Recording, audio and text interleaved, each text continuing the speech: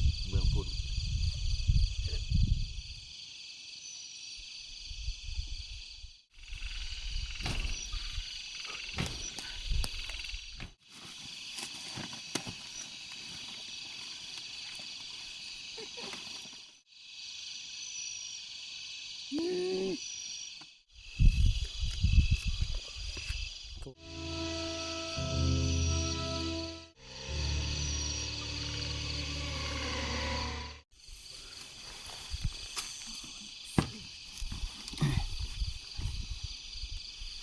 กับสบายดีและก็สวัสดีพี่เพื่อนลุงปานาอาเบิร์ดมูสุคนเนาะและกาวันนี้เนาะพวกคอยกาได้ผ่านมัน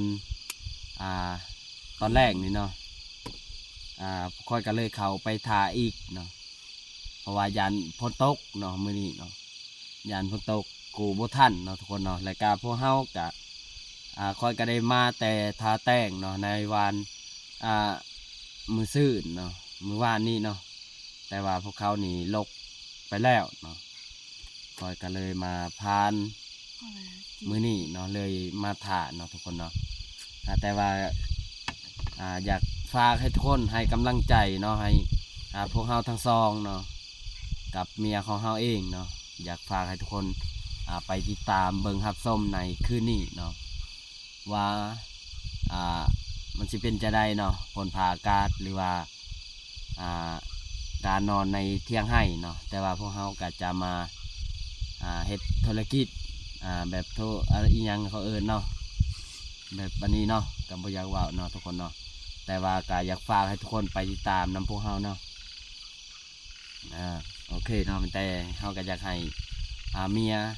ของเฮานี่เว้านำ FC ทุกคนเนาะ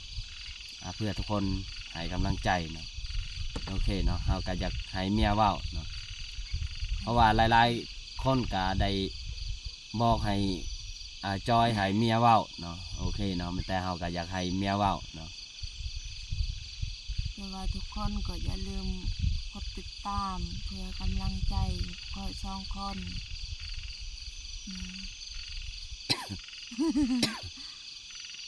เว้าแล้วก็หัวโอเคเนาะถือว่าเพิ่นก็อยากให้ทุกคนให้กำลังใจให้พวกเฮาเนาะช่วยติดตามเนาะโอเคเนาะแต่ทุกเฮาก็ไปติดตามเบิ่งรับชมคลิปของพวกเฮานี่แบบยาวๆเลยเนาะทุกคนเนาะก็อยากฝากให้ทุกคนเนาะโอเคเนาะแต่พวกเฮาจะอนามัยแต่นี้แหละปัดไม่เลยคนยาวาดว่านี่ดักเรื่องนี้อารมณ์เนี่ยตะมกกุยหอมเป็นเงินน้องอันเนียวกับปูลมาอารมณ์เนี่ยเป็นแต่พวกอันเนียวลาวก็มีเกิดดักน้องดอกบอลติดนะเดี๋ยวคอยจะหาฟืนมาดังเนาะทุกคนเนาะดังไฟไก่ดัง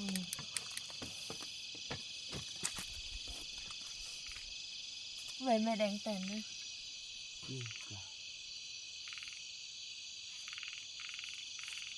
เงินนะครับโยกกันถัด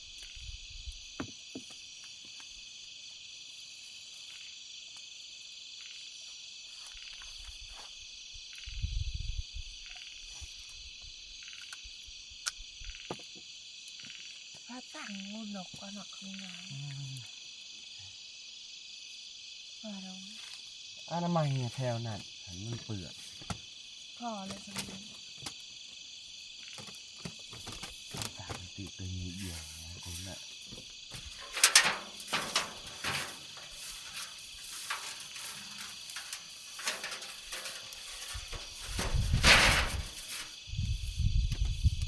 ทำอีกไป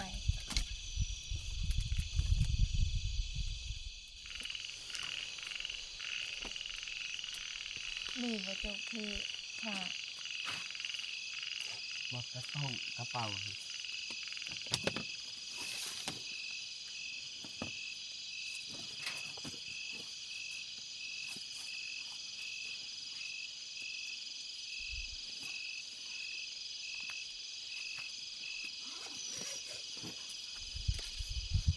คือบะหมี่ บ่มี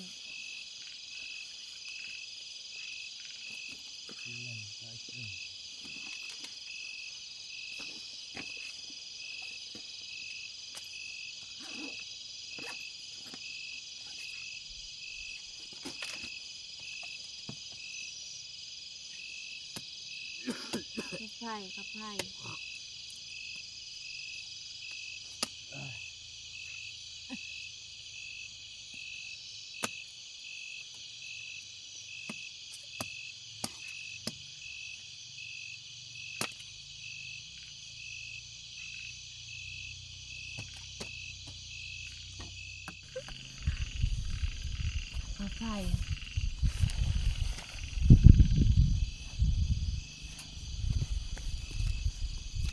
จะยับบ่พี่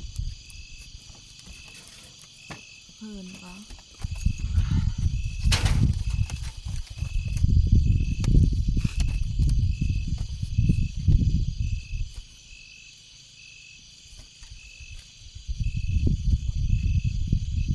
เจ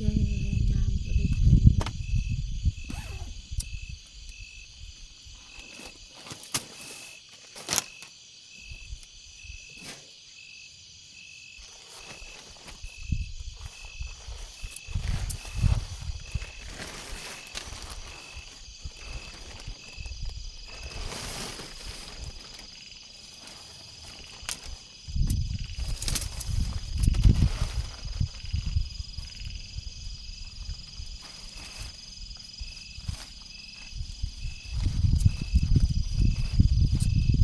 ผู้ดีว่ามื้อนี้มันพวกเฮาก็จะกางเต็นท์เนาะทุกคนเนาะกางเต็นท์นอนอย่าอยู่ เจ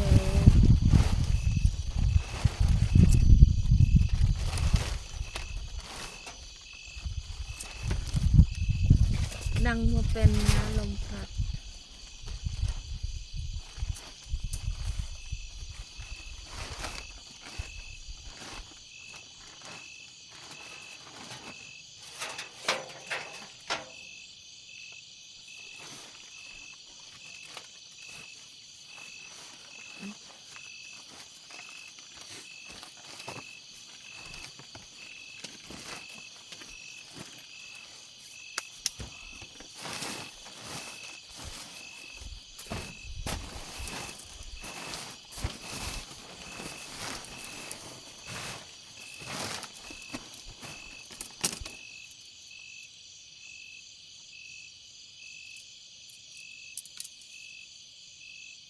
มาใส่อะไร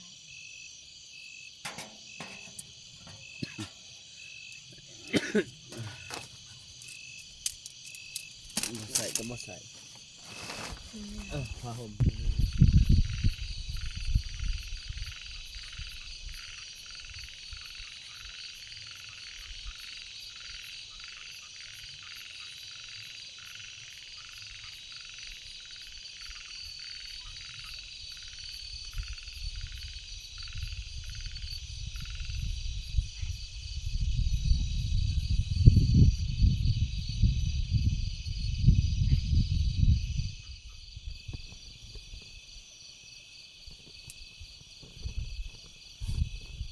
เฮ้ยอย่าลงเขา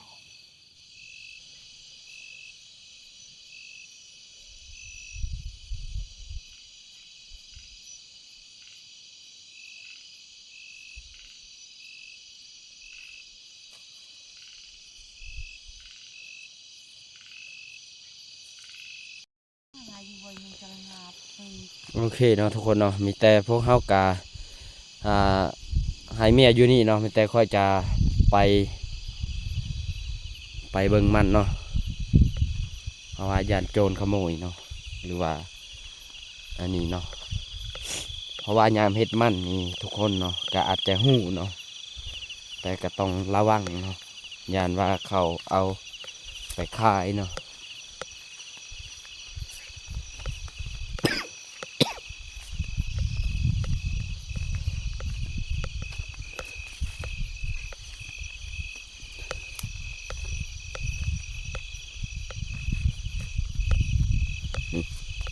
ตัวนี้มันกองไว้เรียบร้อยนะทุกคนเนาะ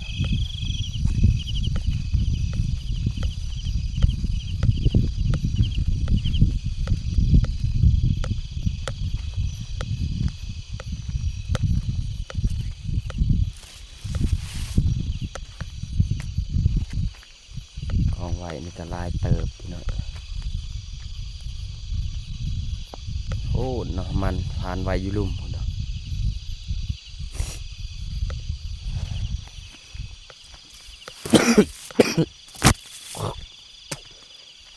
ต้องขอโทษขออภัยนำสิทุกคนเนาะเพราะว่าจอยกะเป็นหวัดเป็นไอช่วงนี้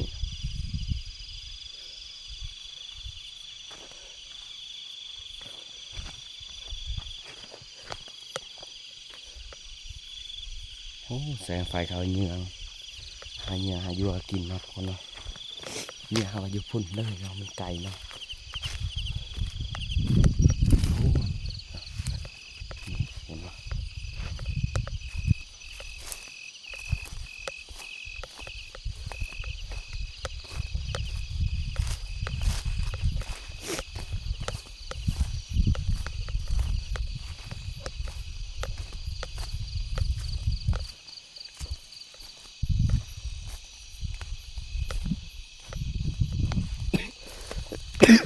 อย่างเงี้ยนะทุกคนเนาะ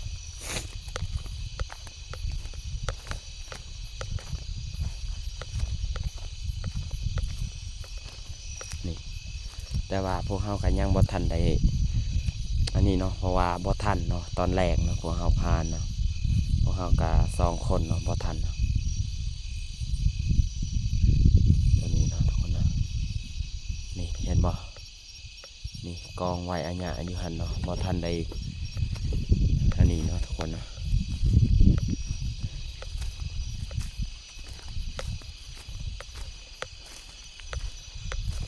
นี่ตัวนี้ก็ยังบ่ทันได้อันนั้นเนาะเพราะว่าบ่ทันนี่โอเคเนาะทุกคนเนาะเพราะว่าเราก็ได้พาทุกคนมาเบิ่งแต่ว่าก็บ่เป็นหยังเนาะแต่สิพาทุกคนกลับเนาะ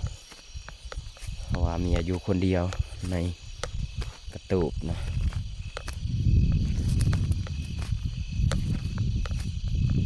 เพราะว่าเฮานี่กินข้าวกินน้ำเรียบร้อยจากบ้านเนาะก็เลยมาเนาะ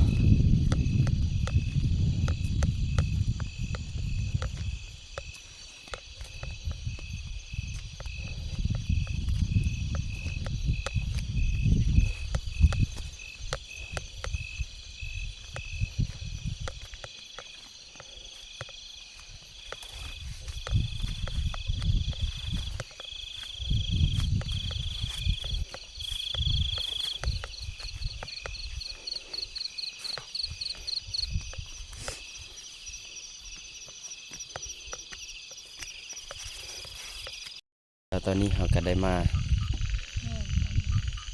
ฮะ แห้งประมาณ แห้งจังเลยผมผ่านมือนี้มาแหกถามขืน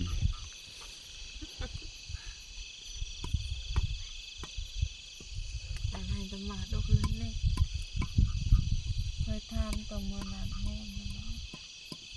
ก็แห้ง มีเล่นตรงมือนี้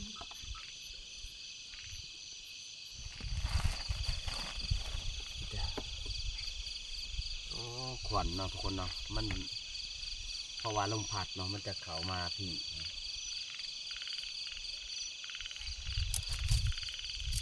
คือว่าเต้นเนี่ยถ้าเขากลางนี่กลางได้เนาะแต่ว่ามีบ่ให้กลางกับบ่ให้กลางเนาะ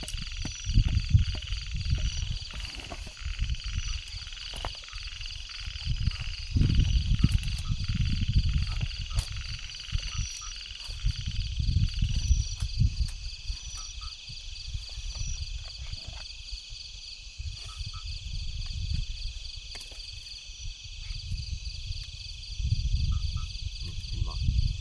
ลมพัดมันมาพี่เนาะแต่คะแนนมันพัดเบื้องพุ่น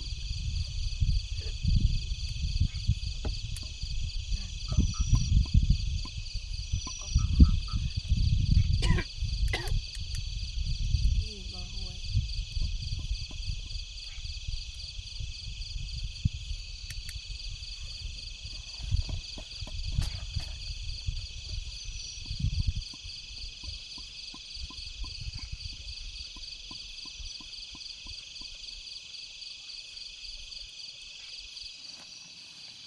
คือว่ามันนี่ก็ยังบ่ทันได้คายเนาะทุกคนเนาะ อันนี้ก็ลายมือแล้วเนาะสาขาเข้าบัวมาเอาเนาะนับแต่พานมั่นหรือว่าเฮ็ดมั่นนี่เขายังบ่ทันได้มาเอาเลยเนาะเฮ็ดมั่นก็บ่มีกำลังใจเนาะอันนี้ก็สิเข้าเป็นเดือนแล้วเนาะเฮ็ดมั่นแต่ว่าบ่มีใครมาเอาคือเขานี่ก็คือกันเนาะบ่มีใครมาส่งช่วงนี้ก็กินแต่มันต้นนั่นแหละโอ้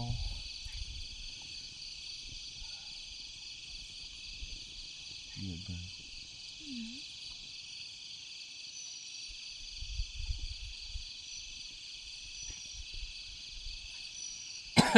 ไม่อันนั้นด้วย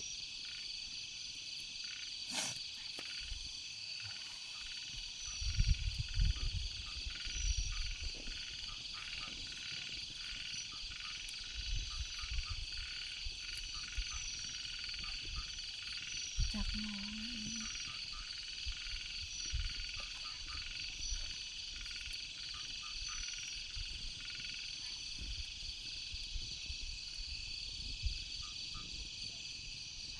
พอดีว่าไม้มันถือตาเนาะทุกคนเนาะ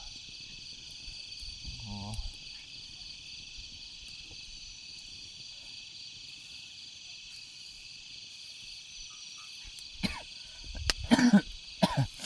จังน้อยนี้เราจะตั้งไฟนี้ทางนอกเนาะเพราะรายการดอกไฟนี่อยู่นอกเนาะตั้งกอกเพื่อว่าปลอดภัยอันมันต้นของเฮาเนาะทุกคนเนาะโอเคเนาะมีแต่ตอนนี้พวกเฮากะเตรียมจะเอาไว้อยู่นอกเนาะรายการพวกเฮากะจะพักผ่อนเนาะนอนเนาะ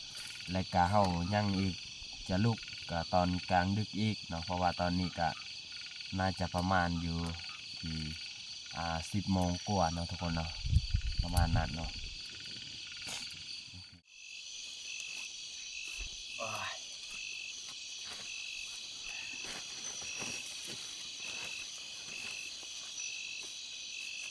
เพราะว่ามื้อนี้ก็หนาวแน่เนาะก็เลยว่าได้นำผ้าห่มมาตุ่มลมพัด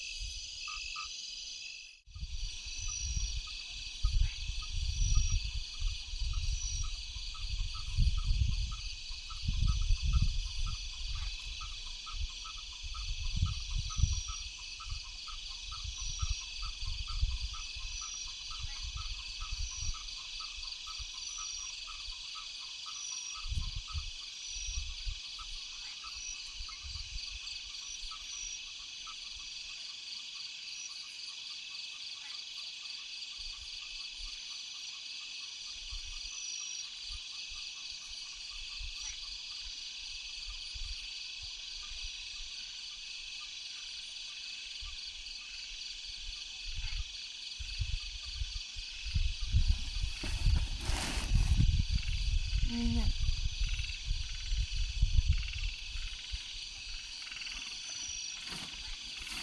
นี่นะ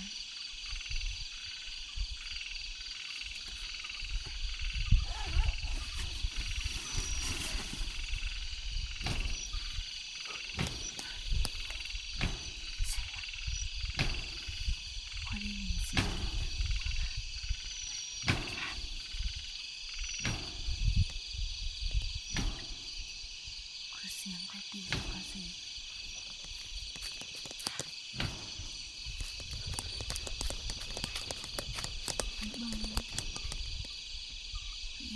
ควายไปกินมัน เนี่ยคุณเบิ่งก่อน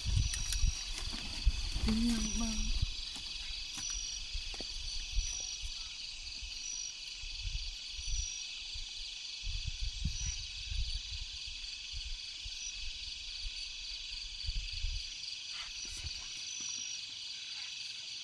บ่เห็นนะที่ทำอะไรยังมันปากยังบริเริ่มอยู่เอาไม้ปากนี้การปากนะใจบางอย่างอยู่ตัวนี้บ่เห็นมียัง ไว้เขาไปจับกัน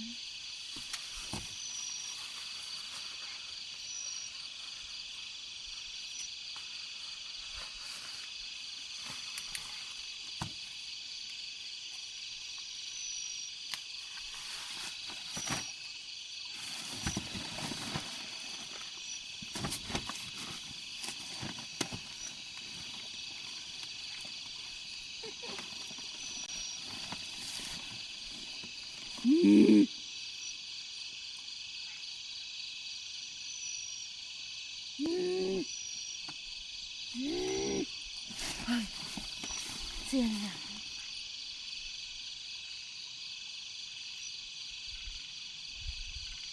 เธอได้ยินหรือสั่น โอ้เป็นตัวอย่างนะทุกคนคัดจังหวะเลย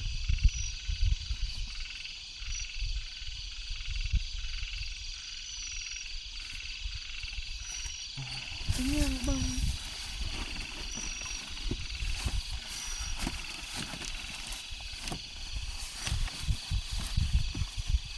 เสียงหยัง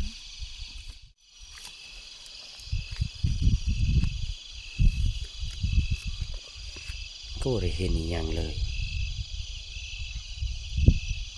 โอ้มาขัดจังหวะ คือเสียงดัง เรื่องที่ผัวเมียเขาโอ้กำลังสนุกตั้งกองไว้อยู่นอกนี่แหละ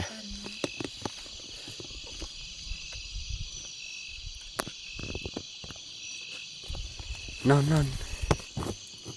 คือกวนเวลา